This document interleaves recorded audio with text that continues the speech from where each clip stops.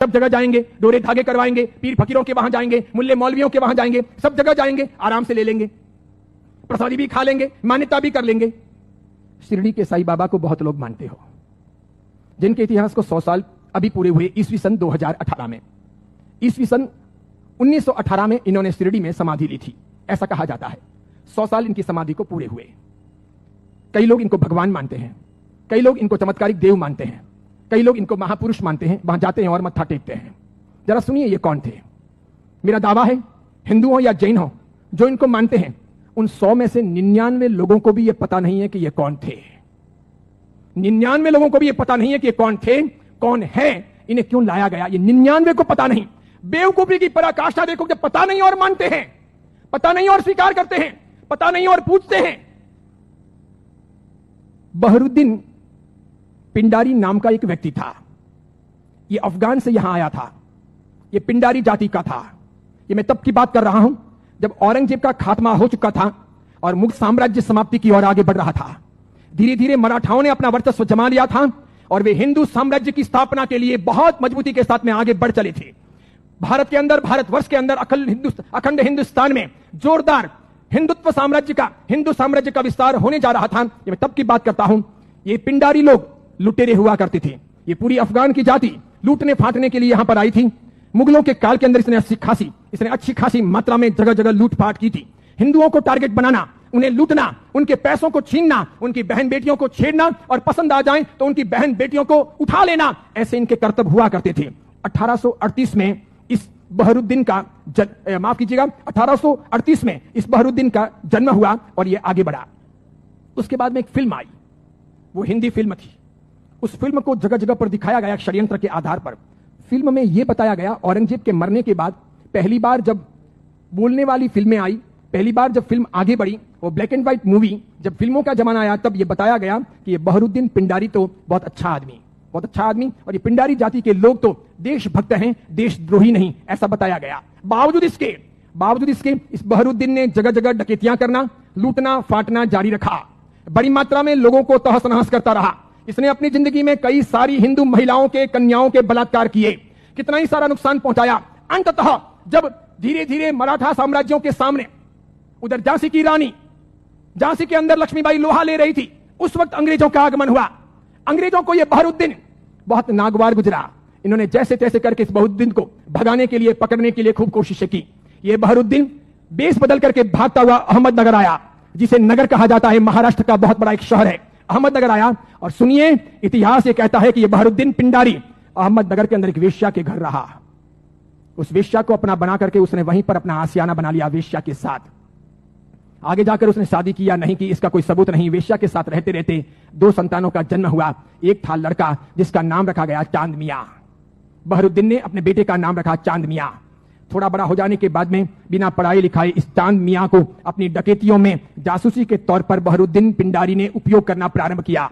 जगह जगह ये चांद मियां, छोटा सा बालक, एक चद्दर लेकर के भिखारी के तौर पर फटे पुराने कपड़े पहन करके अलग अलग जगह पर बैठता, बाजारों में बैठता, आए गए माल की वगैरह बातमियां लेता, किसके घर में क्या आ रहा है, जा रहा है, ऐसी कोशिश करता। और समय समय पर कभी दिन में, 2 दिन में, 5 दिन में, 10 दिन में अपने पिताजी को, बहरुद्दीन को समाचार पहुंचाता कि आज इस घर में इतना माल आ रहा है या यहाँ इतना सामान आया है। और इस प्रकार डकैतियों का मामला आगे बढ़ता कि यहाँ कोई सुरक्षा के प्रबंध नहीं होते हैं, कोई पहरेदार नहीं होते हैं, ये चीज चलती रहती। अंततः परेशान होकर शंकाओं के आधार पर अंग्रेजों ने बहरुद्दीन को तो भगाया, आगे जाकर वो अफगान चला गया, उसकी मौत भी हो गई। चांद मियां, उसका बेटा, छिप छिप करके रहने लगा, बड़ा होता गया। एक दिन अंग्रेजों ने उसे पकड़ा, जेल की सलाखाओं के पीछे डाला। 8 साल तक ये चांद मियां जेल में रहा। अंततः ये छूटा। मराठा ताकत के साथ में अंग्रेजों का मुकाबला कर रहे थे।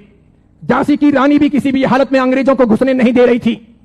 अंग्रेजों को लोकल गुंडे चाहिए थे इन लोगों के सामने लड़ने और इनको परेशान करने के लिए। चांद मियां ने पैसे लेकर के झांसी की रानी के खिलाफ में, अंग्रेजों के पक्ष में गुंडों को इकट्ठा करने और लड़वाने और मगजमारी करने के लिए तैयारी दिखाई। अंग्रेजों ने अच्छे खासे मोटे पैसे चांद मियां को दिए। ये चांद मियां महाराष्ट्र से ठेठ झांसी गया। अंततः अंग्रेजों के हाथों झांसी की रानी लक्ष्मीबाई को मरवाने में इस चांद मियां की भी भूमिका रही। उसके मरने के बाद इन अंग्रेजों ने उस चांद मियां को नवाजा। कालांतर के अंदर एक नया नुस्खा अपनाने के लिए वो चांद मियां झांसी से आकर के शिरडी पहुंचा। वहां सुलेमानी मुसलमानों के साथ में उसकी पहचान हुई। मूल अफगानी पिंडारी जाति का ये चांद मियां बहरुद्दीन का बेटा वहां जाने के बाद में सुलेमानों के साथ में परिचय में आकर के सुलेमानों के लिए काम करने लगा। मुसलमानों की ये सुलेमानी जाति षड्यंत्र पूर्वक हिंदुओं और मुसलमानों के बीच के भेद मिटाने और धीरे धीरे इस्लाम का भीतर से प्रसार प्रचार करने का कामकाज संभालती थी। ये स्लो पॉइजन देकर के धीरे धीरे लोगों को मुसलमान बनने के लिए अलग अलग तौर तरीकों से कब्रों पर ले जाने या फिर अलग अलग दरगाहों पर ले जाने, उन्हें बदलने, उन्हें चमत्कार दिखाने के तौर पर परिवर्तित करने का काम करती थी। उनको ये चांद मियां मिल गया। वहां इसके लिए एक मस्जिद बनाई गई। मस्जिद का नाम हिंदू रखा गया, इस्लाम की मस्जिद नहीं रखी गई। लोगों को भ्रमित करने के लिए मस्जिद का नाम इस्लाम नहीं रखा गया, मस्जिद का नाम हिंदू के तौर पर रखा गया। इस इंसान ने अपनी जिंदगी में कभी कुछ काम किया हो, कोई साधना की हो, कोई धर्म चलाया हो, कोई धर्म ग्रंथ लिखा हो, कोई बहुत बड़ा व्यापक काम किया हो, ऐसा एक भी उल्लेख आज तक भारतीय इतिहास में नहीं है। सुनिएगा, यही चांद मियां सुलेमानों के परिचय में रहने के बाद धर्म परिवर्तन करवाने, चमत्कारों के आधार पर लोगों को भरमाने के लिए साई बाबा बनाए गए। इसी चांद मियां का नाम आगे हुआ साई।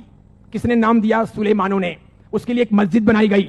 बाद में वो हिंदुओं और मुसलमानों के बीच में सामंजस्य स्थापित करने के लिए फरिश्ते के तौर पर प्रस्तुत किया गया। देखिए आप एक मजे की बात, ईस्वी सन 1918 में इसने समाधि ली। उसके पहले फिल्में जब आती थी तब हिंदुओं और मुसलमानों के बीच का बहुत बड़ा भेद था, बहुत भेद। हिंदू मुसलमानों को पसंद नहीं करते थे भारत में, और मुसलमान हिंदुओं को पसंद नहीं करते थे। मुसलमानों को ईश्वर के नाम से बहुत एलर्जी थी, हिंदुओं को अल्लाह के नाम से बहुत एलर्जी थी। अगर आप थोड़े बहुत भी अपने प्राचीन काल में जाएं, मेरे जमाने के आसपास पहुंचे, ईस्वी सन 60 और 70 के दशक में पहुंचे, ईस्वी सन 1960 1970, और तब के जमाने में जितनी फिल्में आई तो फिल्मों में कहीं ना कहीं अल्लाह लाने पड़ते थे या फिर ईश्वर लाने पड़ते थे। बिना उनके काम चलता नहीं था। इन फिल्मों के आधार पर ही फिल्में हिट होती थी, फिल्में चलती थी। उस समय मात्र लटके मटके लेना, कमर को नचाना, ठुमके लेना और उससे फिल्म चल जाएगी, ऐसा होता नहीं था। उस जमाने का जमाना ऐसा था नहीं कि आज की हीरोइनें चल जाएं, थोड़े बहुत लटके मटके लें और फिल्म रातों रात कम कपड़ों के आधार पर फेमस हो जाए, ऐसा था नहीं। उस जमाने का कल्चर ऐसा था कि कहीं ना कहीं रिलीजियन, धर्म बीच में लाना पड़े। अल्लाह लाओ तो हिंदू नहीं देखेंगे, ईश्वर लाओ तो मुसलमान ऐतराज करेंगे। और देखो मजे की बात, अधिकांश प्रोड्यूसर मुसलमान थे। अधिकांश पाकिस्तान से, सिंध से, पंजाब से और कश्मीर से आए हुए हीरो और हीरोइन ये भी मुसलमान थे। लेकिन नौबत ये थी कि ये मुसलमान हिंदुस्तान के बाजार में अपने असली नाम से चल नहीं सकते, और इसलिए दिलीप कुमार मुसलमान, उसको अपना नाम बदलना पड़ा। मीना कुमारी मुसलमान, उसको अपना नाम बदलना पड़ा। सुरैया देवानंद से शादी करना चाहती थी, लेकिन मुसलमान होने के नाते स्वीकार नहीं किया गया। पिता ने अनुमति नहीं दी कि हिंदू के साथ शादी नहीं हो सकती, उसे भी अपने नाम बदलने पड़े। 15-20 से अधिक ऐसे हीरो हीरोइन हैं 1960, 1970 और 1980 के दशक के, 1960, 1970 और 1980 के दशक के, जिन मुसलमानों को मार्केट में चलने के लिए, स्ट्रेटेजी बनाने के लिए अपने नाम बदलने पड़े। वो मुसलमान थे, उनको हिंदू दिखावा करना पड़ा। इधर देखो, जावेद अख्तर हो, सलीम खान हो, नौशाद हो और महमूद खान हो, ये सभी ऐसे प्रोड्यूसर थे जो जन्म से मुसलमान थे, इरादे से मुसलमान थे, हैं भी। इसके सिवाय अन्य आए और इन लोगों को अपनी फिल्में चलानी थी। इन लोगों ने एक तौर तरीका चलाया कि मुसलमान होने के नाते हिंदुत्व का समर्थन कर नहीं सकते और हिंदू देवी देवताओं को अपने को भ्रष्ट बताना है। क्योंकि आप पुरानी फिल्में देखिए और आज की फिल्में देखिए, किसी भी अल्लाह को कभी गाली नहीं दी जाती, किसी मस्जिद के ऊपर सवाल नहीं किए जाते, कभी कुरान के बारे में कुछ बोला नहीं जाता। लेकिन हिंदू देवी देवताओं की फिल्मों में मजाक होगी। किसी भी हिंदू देवी देवता को मानने वाले पंडित पुजारी को भ्रष्टाचारी, नालायक, रैप करने वाला बताया जाएगा, लेकिन किसी पादरी को, किसी भी मौलवी को रैप करने वाला या भ्रष्ट काम करने वाला नहीं बताया जाएगा। ये सब योजनाएं थी, वो मुसलमान प्रोड्यूसरों ने आगे बढ़ाई। बढ़ाते बढ़ाते उन्होंने वहां बढ़ाई कि उन्होंने देखा कि किसको लाया जाए। तब उन लोगों को साईं बाबा को लाना ठीक लगा कि ये है तो मुसलमान, लेकिन हिंदुओं के बीच में खप जाएगा। है मुसलमान, हिंदुओं के बीच में बिक भी जाएगा। है मुसलमान, हिंदू मुस्लिम के बीच में अपना रास्ता अच्छा सा तय करवा देगा। तो पहली आई 1977 में फिल्म अमर अकबर एंथोनी। ऋषि कपूर ने उसमें इस साईं बाबा के नाम पर एक लाजवाब गीत गाया, हाथों हाथ वो बिका। फिल्म बहुत चली। देखो आप, फिल्म हिट हुई, बाबा भी हिट हो गए। फिल्म हिट हुई, बाबा भी हिट हो गए। मुझे ये बताओ, साईं बाबा का कौन सा धर्म ग्रंथ है? उन्होंने अपनी जिंदगी में, ये चांद मियां ने जो 8 साल तक जेल रहे, पिताजी के लिए जासूसी का काम किया, अंग्रेजों के हाथों बिके, झांसी की रानी लक्ष्मीबाई को मरवाने में जिसकी भूमिका रही, मराठाओं को बदनाम करने के लिए उसने बहुत काम किया, मराठाओं के स्वाभिमान को तोड़ने के लिए उसने बहुत काम किए, क्योंकि मराठा एकदम पक्के कट्टर हिंदुत्ववादी, उन्हें यह मंजूर नहीं था, तो उनके स्वाभिमान को ठेस पहुंचाने के लिए उसने बहुत काम किए। और उस आदमी को रातों रात साईं बाबा बना दिया गया, महिमा मंडित कर दिया गया। कैसी जोरदार ये सेल्स पॉलिसी थी, हाथों हाथ बाजार में बिके। कैसे बिके कि जब पहली बार 1918 में इन्होंने समाधि ली तो 1918, 1919, 1920, 1921, 1922 का ऑडिट देखिए तो इनके शिरडी के साईं बाबा मंदिर का ऑडिट का आमदनी का स्रोत है 1800 रुपए, 2000 रुपए, 2500 रुपए, आखिर में है 3200 रुपए। 1918 से 1925 के बीच में 3200 रुपए की आमदनी वाले ये बाबा क्या हिट हुए, और पागलों की तरह हिंदुओं ने और जैनों ने कितना उनको हिट किया, कितने वो वहां गए, कितने मत्थे टेके और कितना पैसा बर्बाद किया कि आज शिरडी के साईं बाबा के मंदिर की वार्षिक आमदनी है 371 करोड़, 371 करोड़। वहां मुसलमान जाने वाले 5% भी नहीं, वहां जाने वाले मुसलमान 5% भी नहीं, और जाने वाले हिंदू और जैन 95%, पैसे खर्च करने वाले अधिकांश 95%। मुझे बताइए हिंदू धर्म के कौन से ग्रंथ में इनके बारे में क्या लिखा है? उपनिषदों में, वेदों में, महाभारत में, रामायण में, उसके बाद के किसी साहित्य में कि कभी शिरडी के साईं बाबा होंगे या हुए हैं, या वो फरिश्ते हैं, वो कोई अवतारी हैं, वो कोई हिंदू देवी देवता हैं? बिल्कुल नहीं। लेकिन हिंदू धर्म को भ्रष्ट करने, उनको बहलाने फुसलाने के लिए काम किया गया और ये सफल हो गया, सफल हो गया। हाथों हाथ ये बिक गए। आज तो देखिए, आज हिंदुस्तान के अधिकांश हिंदू मंदिरों में हिंदुओं के देवी देवता छोटे हो गए हैं, साईं बाबा बड़े हो गए हैं। हिंदुओं के देवी देवता साइड में हो गए हैं, साईं बाबा प्रमुख हो गए हैं। हिंदुओं के देवी देवता कम कमाऊ हो गए हैं, साईं बाबा अधिक कमाऊ हो गए हैं। जिसको भी अपनी दुकानदारी चलानी हो और भगवानों के नाम पर, देवी देवताओं के नाम पर पैसा कमाना हो, साईं बाबा की मूर्ति ला दो। आप भी प्रयोग कर सकते हो। दुकान बराबर नहीं चलती हो तो दुकान के बाहर बिठा दो, धनाधन उसका गल्ला अच्छा चलेगा, आपकी दुकान के गल्ले से भी अच्छा। बस ऐसी बात हो गई। चमत्कारों के तौर पर मुझे बताइए कि उन्होंने क्या किया, उनसे क्या हुआ? बताइए कि शिरडी जाने वाले सभी लोग अमीर हुए, सभी की गरीबी दूर हो गई, सब लखपति करोड़पति हुए, अरबपति हुए? क्या सभी के दुख दूर हो गए?